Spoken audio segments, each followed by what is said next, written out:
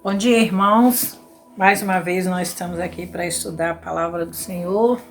Nós estamos na 9ª lição que fala sobre a conduta do crente no mundo. A nossa responsabilidade, o nosso modo de proceder neste mundo, né? Nós estamos neste mundo e somos deste mundo, mas não como pertencentes. Nós temos a função de influenciar. E é neste mundo que nós devemos exercer a nossa esperança. É com o mundo que temos compromisso de valores. É neste mundo que temos que ser sal e luz, né? E andar na contramão do mundo, o mundo procede de uma maneira, anda de uma maneira, e nós devemos andar na contramão deste mundo, que pode parecer estranho, né? As normas, a maneira de ser. Mas na vida cristã é exatamente assim.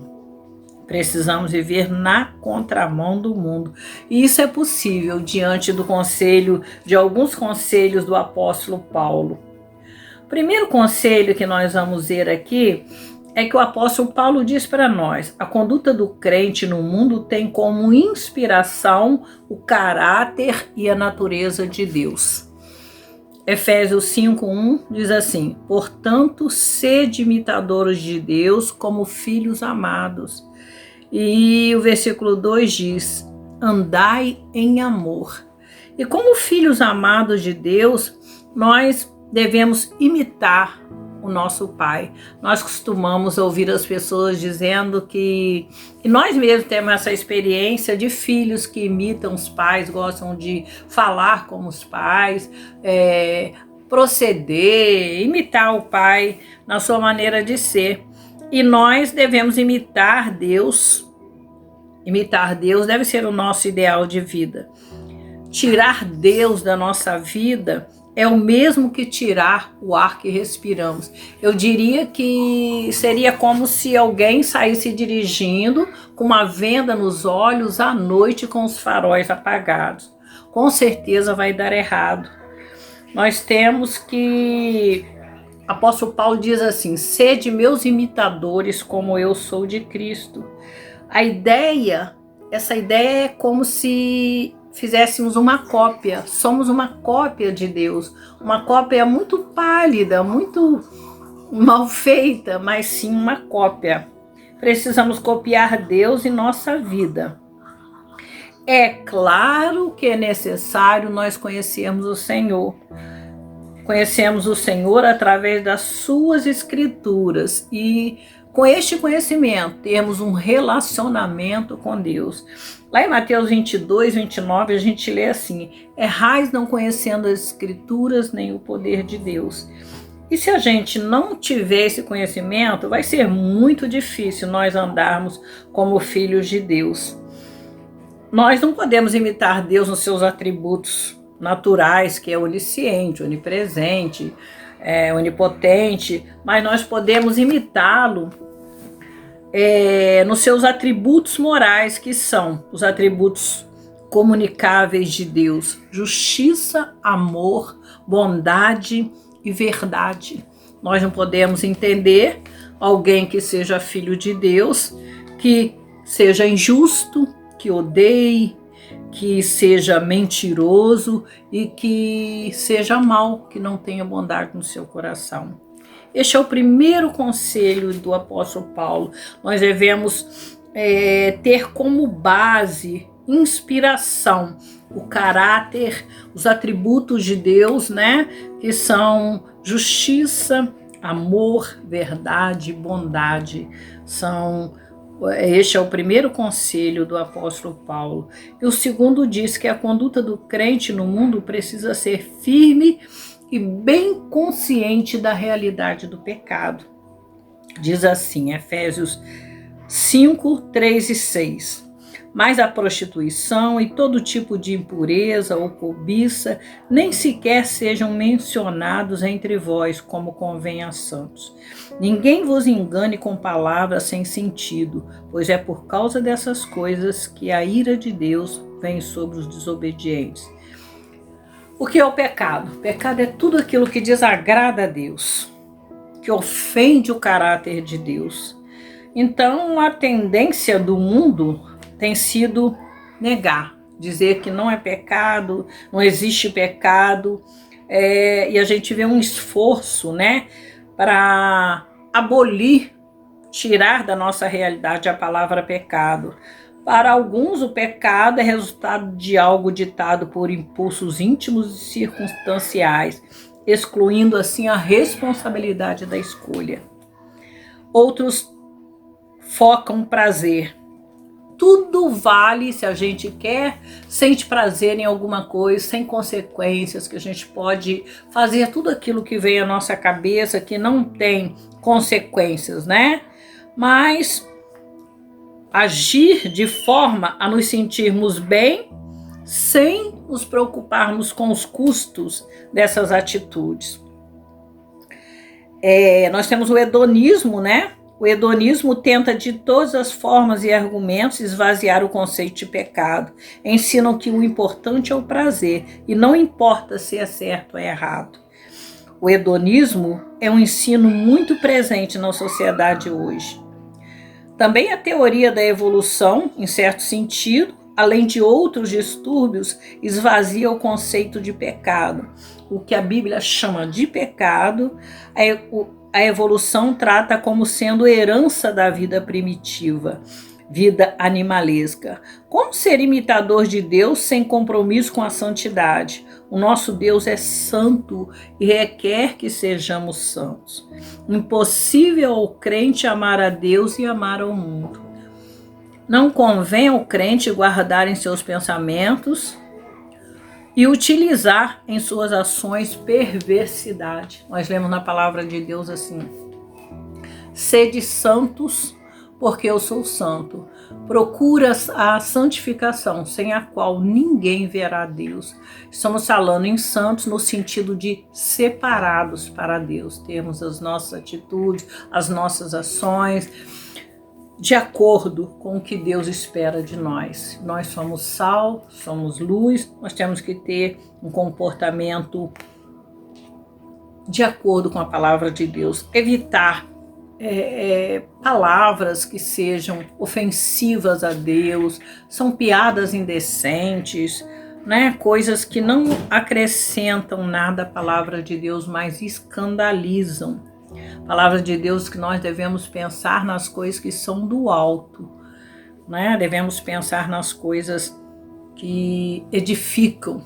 Então a gente tem que ter bem consciente, devemos estar sempre firmes na realidade que o mundo fala uma coisa, mas Deus, o que Deus fala é que aquilo que vai contra Deus, aquilo que desagrada a Deus também não deve fazer parte do nosso viver. Então a conduta do crente no mundo precisa ser firme e bem consciente da realidade do pecado. E o terceiro conselho do apóstolo Paulo é: a conduta do crente no mundo precisa ser refletida e proclamada com excelência familiar. Efésios 5, 22, 25 e 6, de 1 a 14 diz assim: mulheres, cada uma de vós seja submissa ao marido, assim como ao Senhor. Maridos, cada um de vós ame a sua mulher, assim como Cristo amou a igreja e a si mesmo se entregou por ela. Filhos, sejam obedientes a vossos pais no Senhor, pois isso é justo. E vós,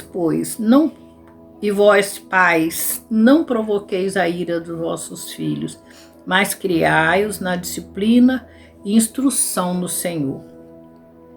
Então a gente sabe que a família é a vitrine da nossa fé. É na família que de fato vivemos a autenticidade da nossa vida. É na família que somos conhecidos. Não há como camuflar o que somos na família.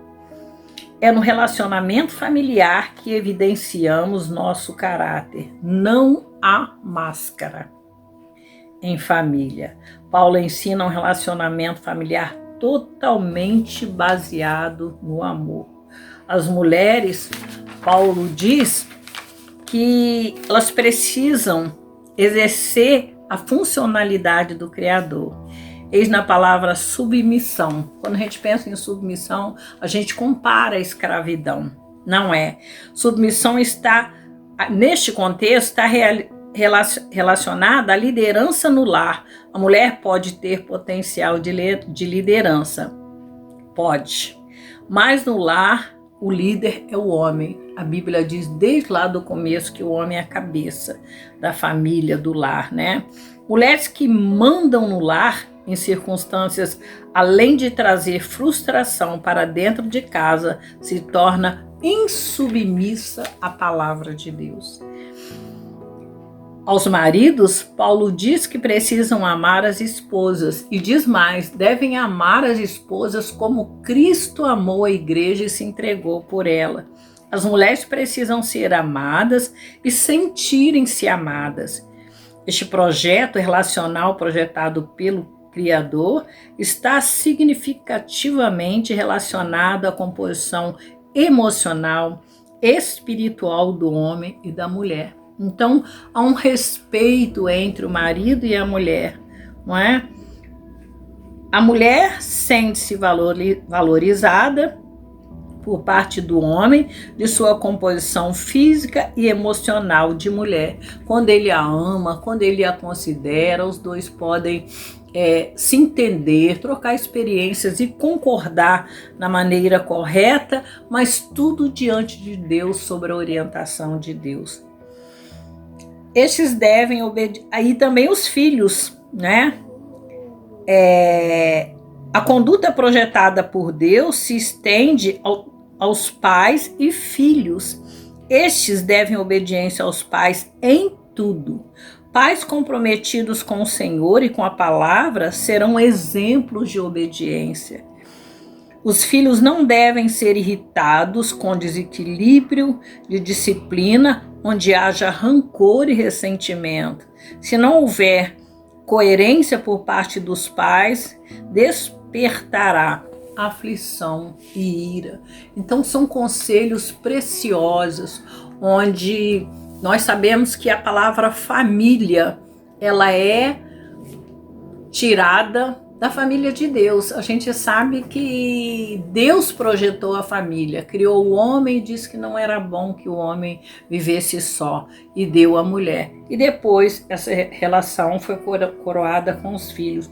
Mas é necessário que haja entendimento entre a família, porque nós vemos na palavra de Deus, quando se procura um presbítero, um pastor para a igreja, a grande preocupação é ver se há harmonia no lar, se o marido e mulher se entendem bem, se os filhos são submissos, para que não hajam escândalos, para que não haja discórdia entre eles, e ali eles vão ser vitrine, como diz aqui, são olhados, eles são avaliados pelas pessoas se eles realmente vivem aquilo que eles pregam. Então, como servos de Deus, nós temos a responsabilidade. A palavra de Deus diz assim, nós devemos andar em amor, não é? Oséias 6:3 fala da nossa maneira de viver. E aqui Efésios 5:2 diz andar em amor. Nós devemos andar em amor porque somos guiados por um Deus que é misericordioso, que Ele é Pai. Mas se a nossa conduta ela é de acordo com a nossa vontade, se nós não temos em nós o Espírito Santo de Deus, por mais que preguemos, por mais que nós falemos da palavra de Deus, as nossas atitudes vão desmentir tudo aquilo que nós falamos.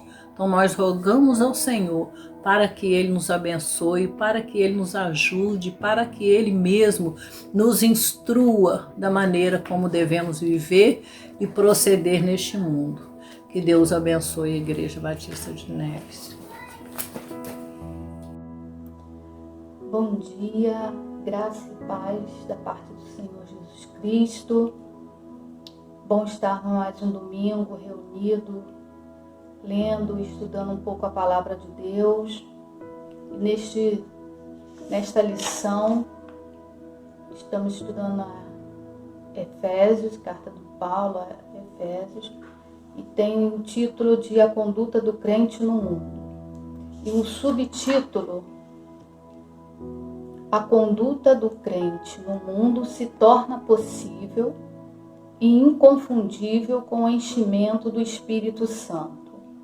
Efésios 5, 18, parte B, que diz o seguinte: mas enchei-vos do Espírito. Quando diz encher do Espírito, e quando a gente trata de conduta do crente neste mundo, é um desafio grande demais para nós, porque nós estamos inseridos num mundo mau, num mundo cruel, num mundo onde a sociedade não tem limites e nós estamos inseridos dentro desse mundo. E como que nós vamos viver, ter uma conduta eficaz de crente, de cristão? Somente se a gente estiver cheio do Espírito Santo. E isso é uma busca diária. Estar cheio do Espírito Santo é uma busca diária. Nós precisamos diariamente viver na presença de Deus, deixar as coisas deste mundo, porque nós estamos no mundo, mas não somos do mundo. Nós somos cidadãos dos céus. Não se deixar contaminar pelo que o mundo, pelo que a sociedade tem nos oferecido, e ter uma conduta ilibada, uma conduta de um verdadeiro servo de Deus. Era isso que Paulo estava dizendo para Éfeso, a igreja de Efésios. A conduta do crente no mundo é vitoriosa, porque temos a armadura de Deus. Efésios 6, 11.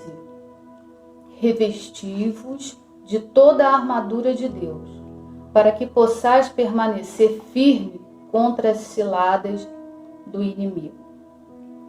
É uma passagem conhecida e famosa, que fala da armadura do crente, que nos vai blindar contra essas ciladas do inimigo, porque ele está em nosso derredor, nos tentando a todo momento, nos colocando em situações difíceis.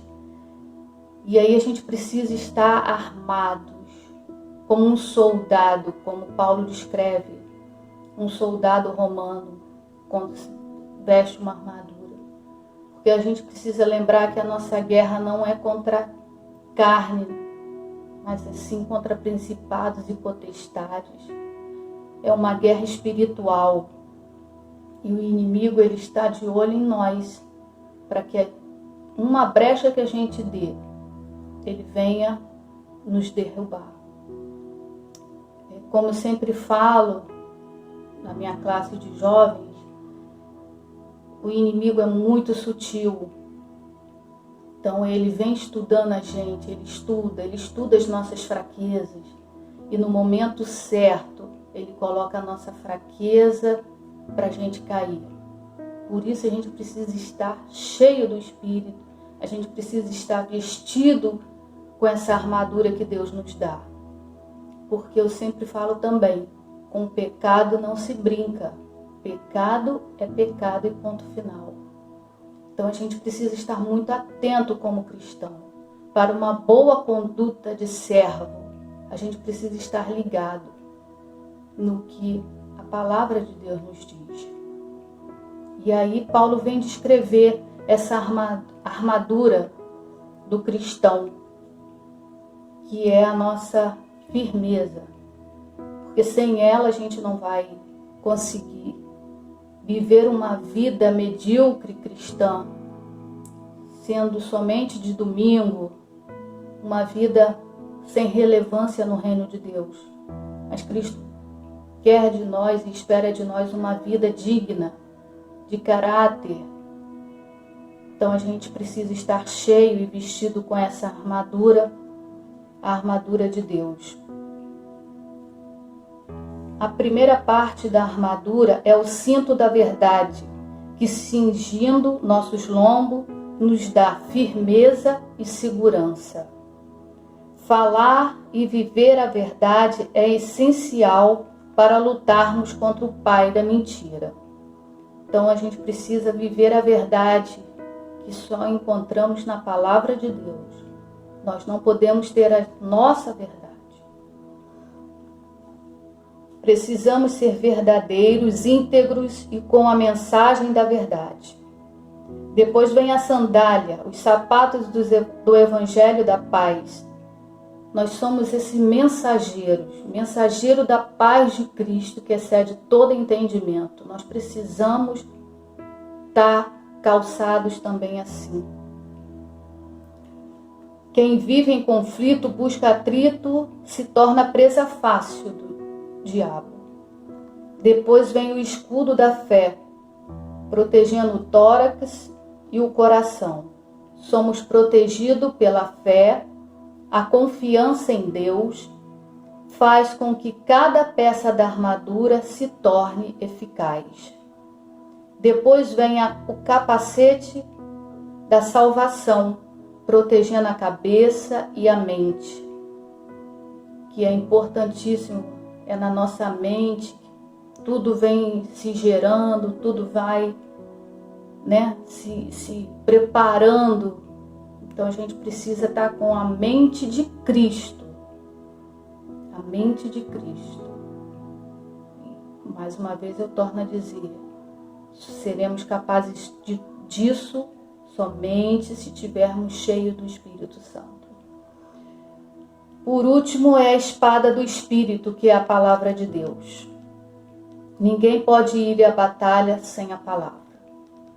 Se eu não conheço, se eu não pratico, se eu não vivo a palavra de Deus, eu não posso vencer as adversidades, as lutas da vida. Eu não posso ir aonde Cristo quer que eu vá. Então a gente tem essa armadura, isso que nos fortalece, que Deus deixou pra gente. Conclusão. Conduta é algo sério num mundo com tantas vertentes e numa sociedade tão pluralista que tem esvaziado os conceitos e ética e vida com Deus. No mundo do relativismo ético, o modernismo de ideias, vivemos o grande desafio de mostrar a nossa fé pela nossa maneira de viver. Viver na contramão do mundo não pode ser uma opção, e sim uma exigência imperiosa de quem escolheu a cruz. Como viver a conduta do reino de Deus neste mundo tenebroso, ruim e mau? Como? Como a gente vai viver? Fincando bem firme as estacas de nossos princípios que não podem ser removidos. Colocando como ideal de projeto de vida ser imitador de Deus, fator principal para a gente vencer esse mundo e ter uma conduta digna. Valorizando e proclamando a família como instituição divina e por isso precisa viver e existir segundo os preceitos da palavra. Reconhecer que estamos numa batalha e que esta é da natureza espiritual. Portanto, precisamos de arma espiritual. A nossa luta não é carnal somente, ela é espiritual. Quanto mais alimentamos a carne, mais fraquejamos. Mas quando alimentamos o espírito, nos fortalecemos em Cristo. Então chame o Espírito Santo para junto de você todos os dias. Queira a presença do Espírito Santo para que a gente possa vencer todo esse mal que o mundo nos impõe. E assim seremos e teremos uma vida verdadeira diante de Cristo e do mundo. Amém.